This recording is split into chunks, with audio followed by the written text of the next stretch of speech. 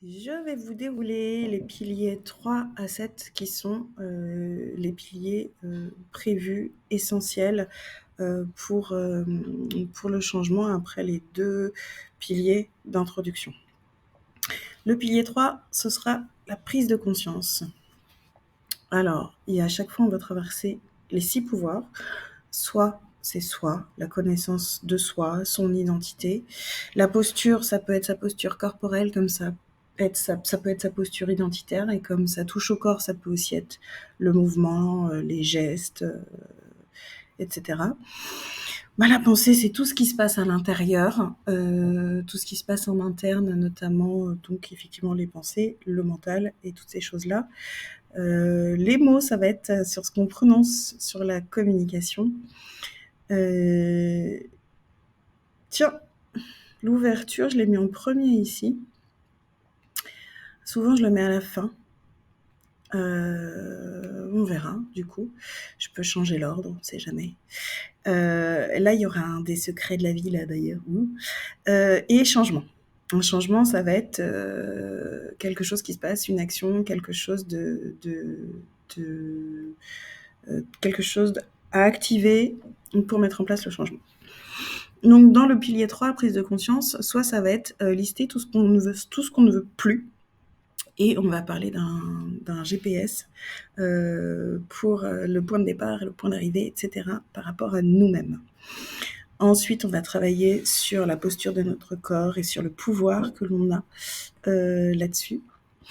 Les pensées, on va gérer ses émotions sur ce qui se passe à l'intérieur. En gérant ses pensées, vous verrez ça un peu plus tard. Ensuite, sur les mots, on va parler des 5 pouvoirs, 5 accords Toltec, qui sont hyper intéressants. C'est très important de les savoir, même s'ils sont assez difficiles à mettre en place. En ouverture, ce sera un secret. Vous l'avez peut-être vu sur le site internet, j'en ai dévoilé quelques-uns. Sinon, c'est surprise. Et le changement, c'est à partir d'un engagement qu'on prend envers soi, où on prend la décision d'agir, on prend la décision de changer, on choisit son propre épanouissement et on ne choisit pas son orgueil. Et là, c'est caché derrière un deuxième secret.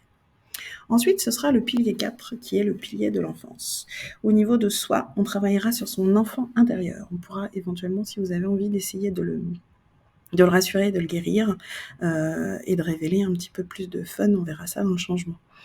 Sur la posture, on va travailler sur les blessures et les masques de Lise Bourbeau. Je ne sais pas si vous connaissez. Je vous conseillerais le livre parce qu'elle vous en parlera probablement mieux que moi, mais ça me semble quand même super important à savoir et à connaître.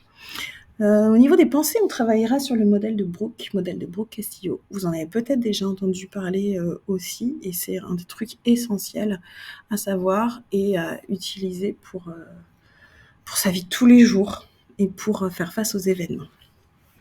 Concernant les mots, on va parler et étudier les drivers.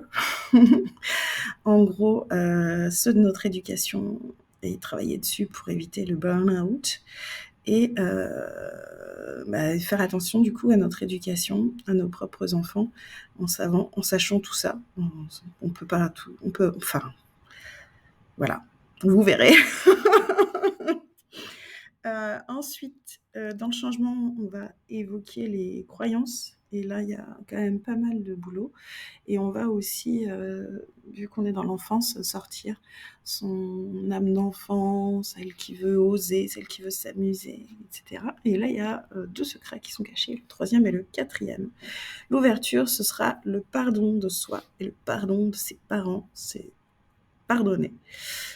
Et il y a toujours un petit quelque chose au moins à pardonner, même si comme ça, là, de base, vous avez l'impression qu'il n'y a pas. Il y a toujours un truc.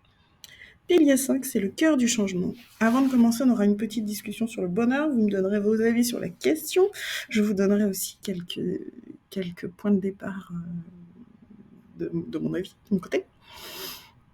Au niveau de soi, on va partir avec une erreur d'orthographe, tout va bien. On va partir sur l'identité, c'est-à-dire réfléchir à son identité actuelle et à des modèles qui nous inspirent pour tendre vers eux. Donc sur la posture, on va partir sur une décision et comment dire? On va utiliser plein de trucs positifs dans notre posture et on va espérer que ça agisse sur les autres par effet papillon. Du coup, ça nous fait du bien, ça fait du bien aux autres et on essaye de l'étendre grâce à l'effet papillon. Sur les pensées, on va travailler sur les trucs un petit peu boostants, positifs, etc.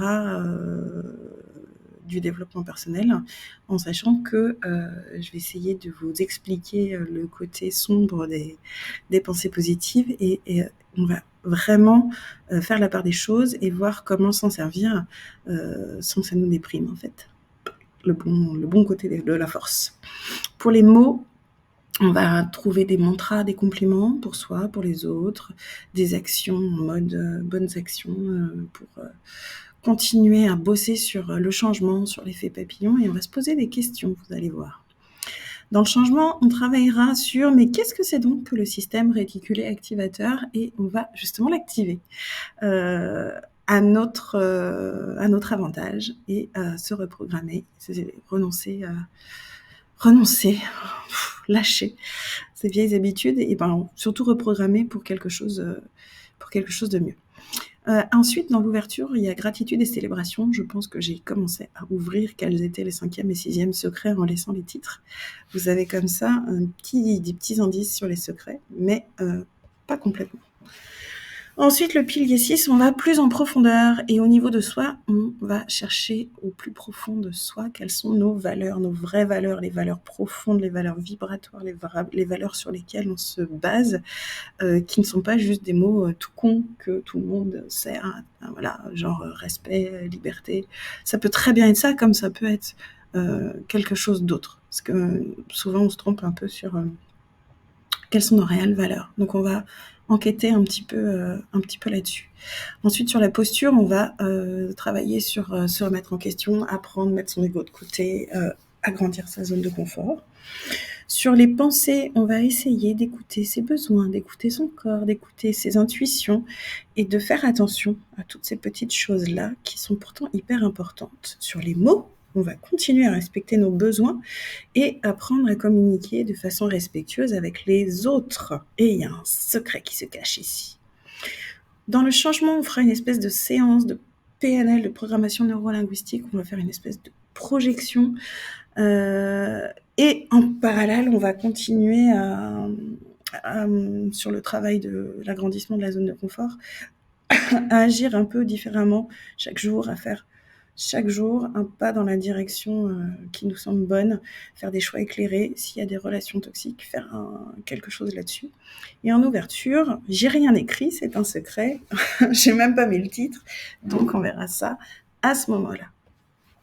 7e pilier, on part dans mes projets, ma vie, parce qu'on a besoin souvent de savoir où on va, d'être utile, de contribuer, d'avoir un sens à sa vie. Donc on cherche pour soi son propre ikigai. On va pas forcément le trouver, mais on va bien enquêter dessus. Ça va peut-être décanter, arriver plus tard, mais si on trouve déjà 2 trucs au lieu d'un, vous allez voir, c'est déjà pas mal. Si vous trouvez dans ces cas-là, et même si vous ne trouvez pas, je pense que vous pouvez décider de votre posture, c'est-à-dire qui est-ce que je dois devenir pour obtenir ce que je veux. Donc ça veut dire, et ça a un rapport avec d'ailleurs la séance qu'on aura fait sur le point d'avant en PNL, donc ça va vous aider. Ensuite, dans les pensées, on va discuter et se concentrer sur le présent, le passé, le futur, les projections de la pleine conscience et la présence. Les mots, ça va être très logique, mais vous allez voir qu'il y a des façons de parler aux gens qui... Il n'y a pas 150 façons en fait d'atteindre ses objectifs par rapport aux autres, on ne peut pas les forcer. Et en fait, la seule façon, c'est d'être purement altruiste. Et franchement, c'est compliqué en vrai. Donc voilà, on va aussi travailler là-dessus, mais ça aussi, ça fait du bien en fait. Ensuite, le changement, eh bien, on va partir d'un rêve. On va se fixer un but principal, des sous-objectifs, et on va les découper, en fait, et on va faire des petits pas dans cette direction, là, il y aura un 9e secret. Et dans l'ouverture, il y aura le 10e secret, qui est d'une simplicité et d'une complexité à la fois effrayante. Et voilà.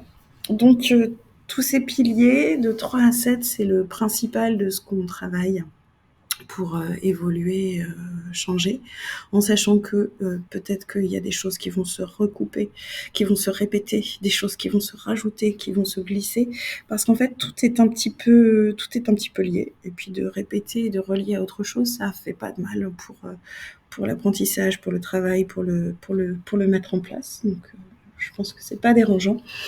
Je ne suis pas la super experte du siècle, mais je peux apprendre à toutes les personnes entre guillemets normales, celles qui vivent dans la vie de tous les jours et qui n'ont pas donc passé des heures à lire 25 000 bouquins de développement personnel, de psychologie ou de je ne sais pas quoi, et qui ont cherché qui se sont formés en neurosciences, en thérapie et en je sais pas quoi, tout un tas de trucs. Voilà, donc ça me permet de commencer à vous guider, même si je n'ai pas fini mon propre chemin et j'ai l'impression que de toute manière ça ne se finit pas vraiment. Et voilà, et mon but c'est que les gens commencent à s'ouvrir à ce chemin très intéressant beaucoup plus tôt que de le découvrir sur la dernière partie de sa vie. Après ça te dit, bah, c'est dommage, je le savais pas quand j'en avais besoin. Voilà, donc c'est l'avantage de mûrir, hein. Si vous voulez, on découvre des nouveaux trucs, mais voilà. Évidemment, tous les points donc, que vous avez besoin d'aborder, qu'ils soient là-dedans ou pas, ou qu'ils soient dans l'autre cocon, il peut y avoir des choses qui sont dans l'autre cocon dont vous avez besoin, qu'on peut aborder. Et puis voilà, vous savez tout, ou presque.